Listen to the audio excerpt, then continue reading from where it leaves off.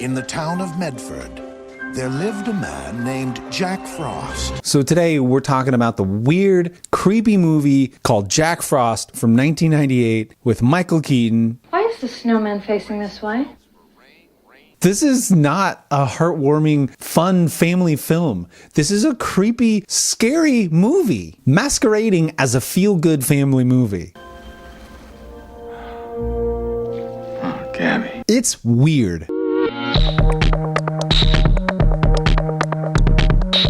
What is up, my brethren? This is Echo TV. I am Jarvis Black. Thank you for coming back. You gotta be crazy to come here. Jack Frost is a name that we all know is synonymous with winter and very often the antagonist to the hero in crappy Christmas movies.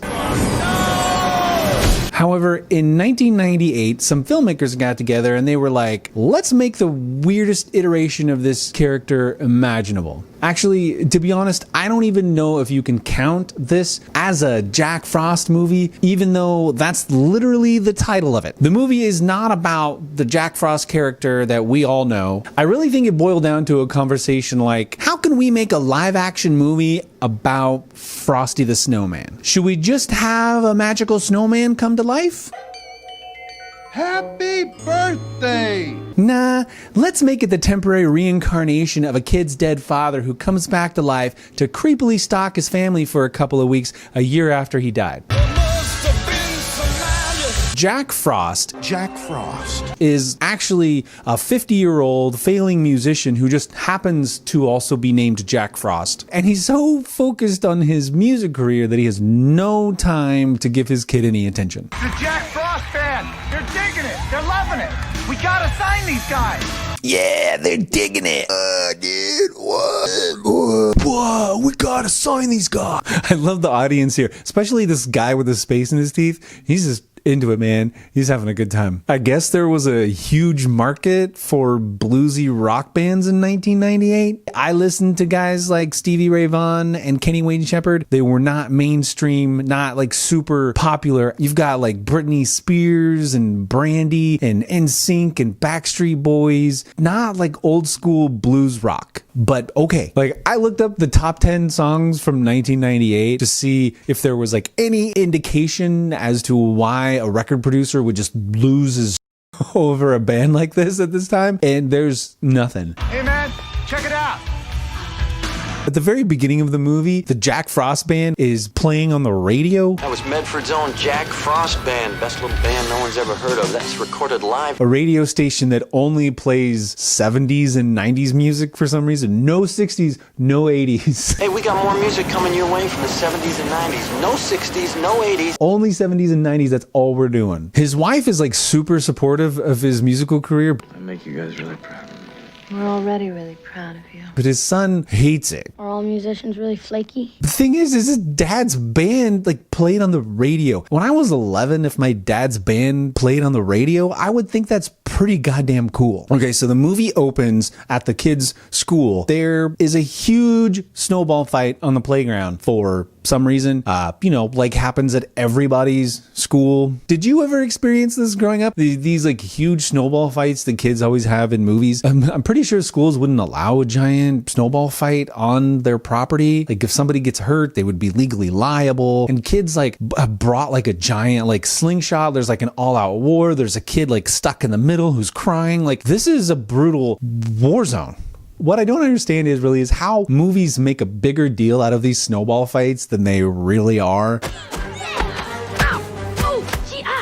We're talking about snow, right? Nobody's like putting a rock in the middle of them or, the thing that like melts in your hand and like dissolves upon impact. They just explode when they hit you and you hardly even feel it, unless it gets you in the face.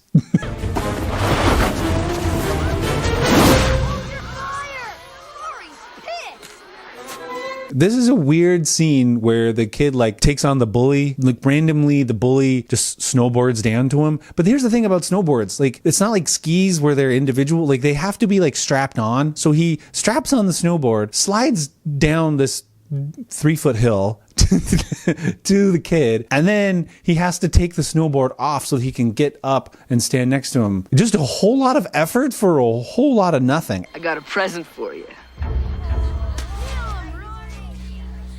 And then he's not even like ready to take the kid on, and he's like trying to be all tough and intimidating. And this is Charlie Frost, the son of Jack Frost, who is like made out to be like a badass right here. He's just like, yeah, I'm gonna take on this bully. He like punches him in the face with a snowball. Good, I like presents.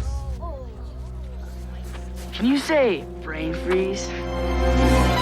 And then he just like walks away. I don't, if this other kid was like an actual bully, like just smack him down. Like he's way bigger. This kid just sucker punched you with a snowball, and you're just gonna be like, yeah, I'll get you next time, Gadget. This isn't the end of it, Frost.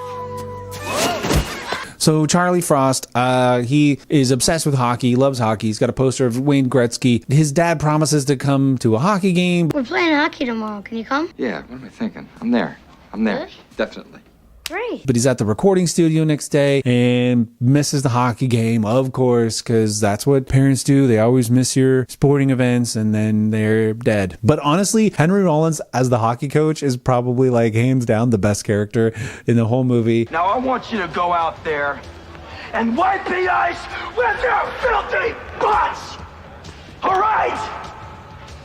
Movies always make such a big deal out of parents missing their kids' sporting events. My parents missed the majority of my basketball and football games. The thing is like these games happen at like weird times. Well, you know, the game's not till 4. When like most parents who work like aren't available. People who have to work and make a living can't drop everything all the time to come to every event. Butt Dad. By the way, that would make you Butt Boy. Bye. Bye, Butt Family. Maybe they put this trope in movies because it's something that like kids can relate to, and they're like, my parents didn't come to my game, so my parents crappy too. So that night, Jack actually gives his son like this really good speech about why having dreams are important. I always had a dream too, ever since I was about your age. I just really wanted to be a great musician. I just wanted to be a real player. And it's actually very poignant and something that the kid should like listen to. Probably he can take with the rest of his life. I wanted to be able to make a living doing what I love. And I really want to make a nice living for you and me and Mom. And if he had just, I don't know, like listened to the speech, like maybe he wouldn't have been such a dick later when things happen. So you're not just going to be able to do whatever the hell you want whenever you want to do it all the time. And those are lessons that you have to learn as you're growing up. But these movies always like to portray parents as bad whenever they don't quit their job to like spend time with their kids. Well, guess what happens if you quit your job or aren't making money? You don't have a house to live in. You don't have food on the table. You don't have electricity. You don't have water. You don't have clothes to wear to school. So that whole thing happens, and Jack is feeling bad about disappointing Charlie. So he makes a promise that they're going to go up to the cabin with like no phones and no TV and whatever and spend Christmas together until blah, blah, blah, blah, blah, blah, blah. Kind of unbelievable phone call. Yeah? Yeah. He gets a phone call. And it's the record company. Surprise, surprise. They want to sign the Jack Frost band. They love us. They're like 99% sure they want to sign Yes! us. Yeah. Oh! This bluesy, awesome band that is going to score #1 hit after #1 hits. He's only going to sign one act, and there's like 3 other bands in the running, and the only way he'll sign is if we go to Aspen for his party. But wouldn't you know it, the band has to go play on Christmas Day. Hey, that rhymed. This has now become a Christmas poem. When you have a career like a musician or an actor, or you're gonna miss some holidays. Like that's just kind of what happens. It comes along with the territory. It's part of having that kind of job. Football players play all through the winter, miss holidays. I mean, how many teams play on Thanksgiving now? The reality is that a lot of people work on holidays. It sucks, but it's real life. That's what happens. So even if that is the case, he's got to go work on Christmas. Suck it up. You got to work on Christmas. I don't want it.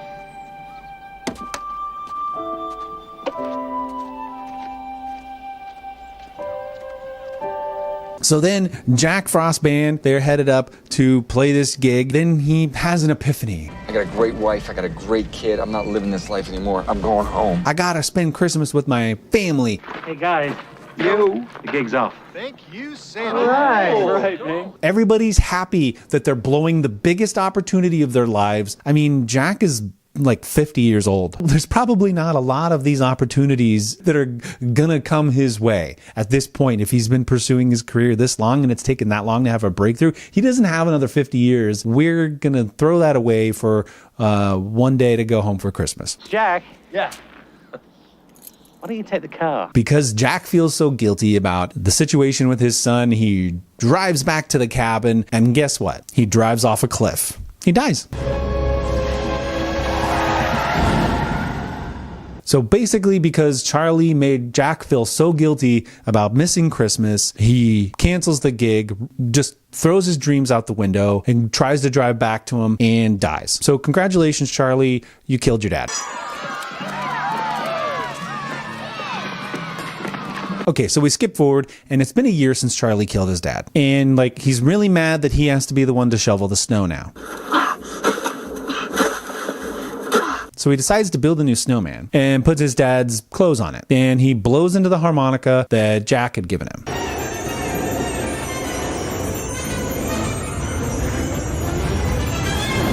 I guess that's how it works. Last year, I built a snowman, put a members only jacket on it, and blew into the harmonica, and George Costanza appeared. So I'm telling you, it works. I'm home. So through this magical process, Jack comes back to life as a snowman, but doesn't know he's a snowman, doesn't know why he's a snowman. Hey, I'm home. Gabby. Doesn't know that he's dead, I guess. Although later in the movie, he says that he knows that. When he comes back to life, he just tries to get in the house like he had never, driven off a cliff. Could you get the door?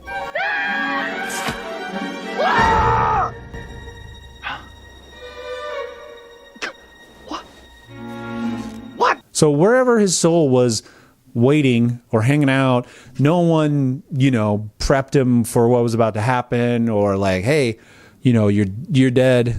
So he's just been somewhere in purgatory, I don't know, for a year. So now I guess he's going to be alive again, unless, the snow melts, and just live in the yard of his ex-wife's house. And it's like, it's been a year. I'm not saying that's, a long time, but maybe enough time that the mom might have started dating again. What if she moved on quick? I was thinking the same thing. That might cramp her style a little bit. It's kind of hard to move on when your dead ex-husband just keeps hanging around in your yard all the time. Talk about your separation anxiety.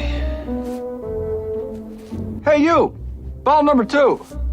Don't just sit there, give me a hand. I guess each part of his body has a mind of its own. How this whole thing works is really unclear to me. Are his lower body parts, is each ball made out of a different dead person? Okay, that's it. Come on, no. Get the mitten out of my eye. Okay. There's a lot more questions than answers, but one of the biggest for me is why he decides it's okay to show himself and talk to his son, but not his wife. He came to life, waddled into the street, and a big snowplow took him away. It doesn't make any sense. He eventually shows himself to her and talks to her in the end. Why make everyone think that Charlie is crazy this entire time because he's talking to himself or talking to a snowman who he thinks is his dead dad? You're just making your son look like an idiot. Way to be a great dad again, you jerk. I've been hearing great things about you. Seriously, Sid, could you? I mean, he even shows himself to Sid, Henry Rollins, the hockey coach, but not his wife? Well, since you showed up, Mom thinks I'm nuts. Because that's what ends up happening. People see Charlie talking to the snowman. I can't believe I let you talk me into this. I think we look kind of, cute. Shh, somebody's gonna hear you. He makes Charlie take him into town on a wagon. And everyone thinks that this kid is losing it. Dude, he ditched us for a snowman. Oh, man. So Jack as a snowman helps Charlie again in yet another snowball fight. Snowball fights breaking out everywhere all the time. Sounds awesome. You pick the one area where you don't want to mess with me, and that's snow. And the one thing I learned from watching this movie so many years later is that Elf stole the snowball fight scene directly from this movie. The snowman whips out 1,000,000 snowballs all at once. 3 balls, 2 sticks, 1 cork nose. Snowman? No, much, much more. I am the Wizard of Blizzard! It also doesn't really make sense that Charlie needs any help in this snowball fight, because we already saw at the beginning of the movie that Charlie's basically a badass and will just stand up to anybody. And there's kids on sleds and a giant snowball. It just it's a really hard ice ball.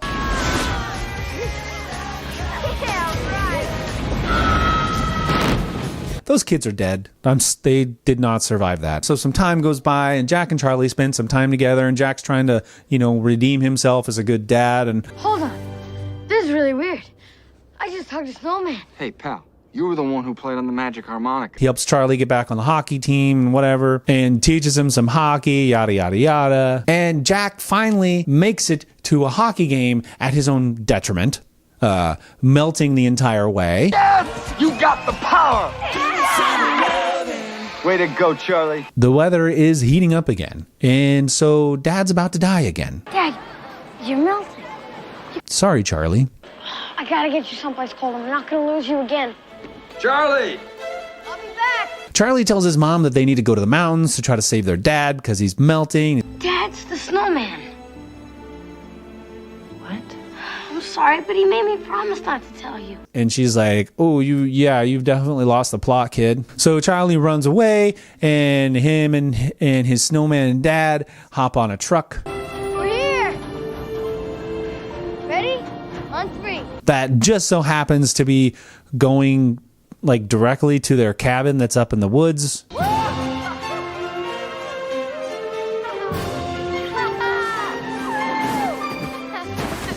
So Dad's saved, and then Jack calls Gabby to tell her that the kid is at the cabin, and then just like hangs up on her. He's right here at the cabin.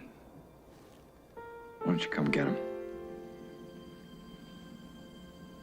Jack? Why are you being so weird and mysterious? This is your ex-wife that you supposedly loved, and you're like playing weird mind games on her. Like, this is like some straight up haunting shit. And then it's like the next morning, I guess. Merry Christmas, Dad. Merry Christmas to you, bud. You know what? I think this is the best Christmas I ever had. Which is also Christmas. So like either Gabby like took all night to get there, like it's a long ways away. Jack and Charlie got up there really quick on this truck, but like she takes all night, doesn't get there till like the next morning. Or maybe she just decided to like, sleep on it and head up in the morning. Like, oh, it's fine. He's with a snowman alone in a cabin in the woods. Which sort of begs the question too, like, what has Jack been doing this entire time, like all night? When he's hanging out in the front yard, like by himself, and it's cold and snowy, wet, whatever. What is he doing all night? Just contemplating his existence. You're a dead dad reincarnated as a snowman stuck in the front yard of your family's house and just watching your wife and your kid just go on with their lives. So then after taking this long trip, Charlie runs away to save his dad's life. And then the next morning, Jack is like, sorry, kid, it's time for me to go. It's time for me to go. What? No. I'm not gonna let you. Charlie, you've got to get on with your life, buddy. Like, it's Christmas. Winter just started. Isn't the first day of winter like December 21st or something like that? You lasted a couple of days into winter. I helped him with his hockey for a couple of minutes.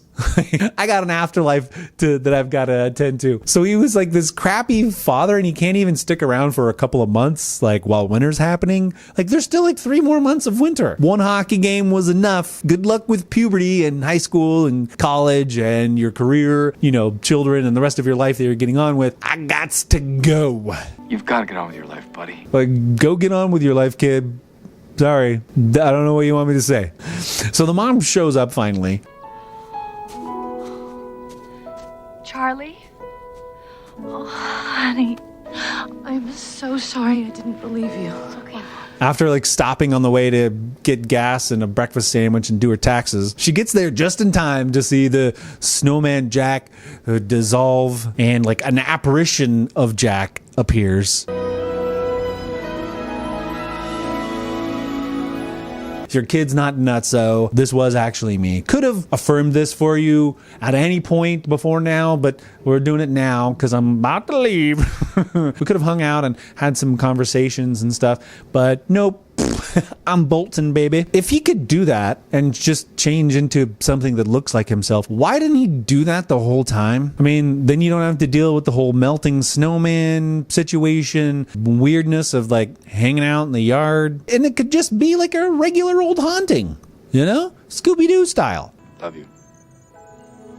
Bye, Dad. they're like, baby, baby, I love you, whatever, that's it. And he dissolves back into snow and flies off into the sunset to go, you know, terrorize his other family that he had while he was out on the road. But before leaving, he says this super creepy, weird thing, I can always hear you, or whatever. I will always hear you. Just so that his wife can never properly move on and just always has the thought of like, my ex-husband can hear me getting it on with this other guy. Just keep that in mind. That's it. And then the movie ends. So yeah, that's my take on it. What did you guys think? Have you seen this weird Michael Keaton, Jack Frost, Frosty the Snowman? It weirded me out. All right, that's where I'm going to end today's video. I hope you enjoyed this. Please click the like button. If so, if you're new here and you're like, damn, this is some good content, click the subscribe button. There's a button there just for you to do that. Hit the bell for notifications. Thank you for watching. I appreciate you. I hope you are having a wonderful, wonderful holiday season, and I'll talk to you soon. Yeah. This is the end of the video. Like and subscribe.